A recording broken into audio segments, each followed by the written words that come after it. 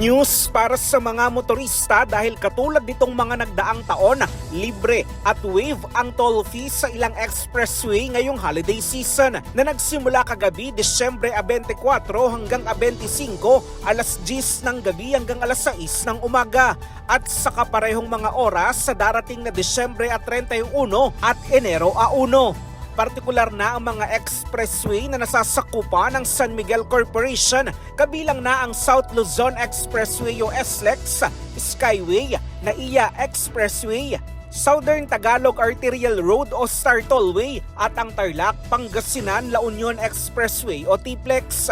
Ayon sa SMC, ito ay tradisyon ng Christmas spirit para sa mas mabilis na biyahe ng gabi para humabol sa selebrasyon ng kani-kanilang pamilya nitong Pasko at sa papalapit na bagong taon.